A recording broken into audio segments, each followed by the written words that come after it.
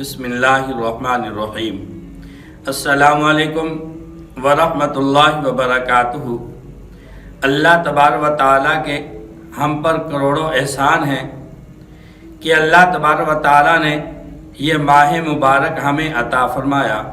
یہ وظیفہ آپ نے پہلے روزے بعد نماز مغرب آپ نے یہ وظیفہ کرنا ہے۔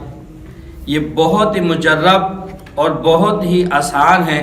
ہر مرد عورت بچہ بوڑھا جوان اس وظیفے کو کر سکتا ہے، کیونکہ یہ وظیفہ سورہ فاتحہ کا وظیفہ ہے، اور سورہ فاتحہ جو ہے یہ خود ایک دعا ہے، اور یہ ایسی دعا ہے جس کے اندر رب العالمین فرماتے ہیں کہ جب بندہ دعا مانگتا ہے، یعنی اس کی 7 آیتیں ہیں، پہلی 3 آیتوں کے اندر جب بندہ دعا مانگتا ہے اور بعد والی جو 3 آیتیں مبارکہ ہیں ان کے اندر اللہ تبارک و تعالیٰ فرماتے ہیں کہ میرے بندے، میرے نیک بندے، میں نے تجھے عطا کر دیا، میں نے تجھے عطا کر دیا، یعنی میں نے تجھے عطا کر دیا۔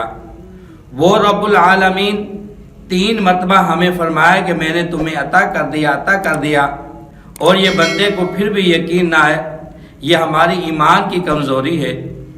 تو یہ ماہ مبارک ہمیں اللہ تبارک و تعالیٰ نے عطا فرمایا، اور پہلے بتانے کا مقصد صرف یہ ہے کہ کوئی بندہ بھی اس سے غافل نہ رہے، کوئی بھی میری بہن اس سے غافل نہ رہے، ہر کوئی اس وظیفے کو ضرور کرے، تاکہ اللہ تبارک و تعالیٰ ہم مسلمانوں کی پریشانی، تکلیف، دکھ تکلیف کو دور فرمائے۔ آپ کا کوئی کاروبار کا مسئلہ ہے، آپ دعا مانگیں اور دل کے اندر نیت یہ کریں کہ یا العالمین میرا کاروبار ٹھیک چلے، یا آپ کو کوئی نوکری کا ہے، یا آپ کو کوئی رشتے کا ہے، یا اور بھی کتنے بھی مسائل ہیں جس کے لیے بندہ پریشان ہے، یا میری بہن کوئی پریشان ہے، تو پہلا روزہ بعد نماز مغرب سے فارغ ہو کر آپ نے سورہ فاتحہ کا یہ وظیفہ کرنا ہے۔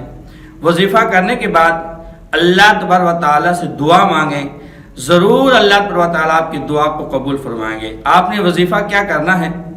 ایک مرتبہ نبی علیہ السلام پر درود پاک پڑھیں۔ درود پاک پڑھنے کے بعد پھر آپ نے 40 مرتبہ سورہ فاتحہ پڑھنی ہے۔ سورہ فاتحہ 40 مرتبہ پڑھنے کے بعد پھر ایک مرتبہ درود پاک پڑھیں، اور پھر اللہ تبارک و تعالیٰ سے دعا مانگیں۔ جب اللہ تبارک و تعالیٰ سے دعا مانگیں گے تو روزے کی برکت سے، ماہ مبارک کی برکت سے، اس وظیفے کی برکت سے اللہ تبارک و تعالیٰ آپ کی دعا کو ضرور قبول فرمائیں گے۔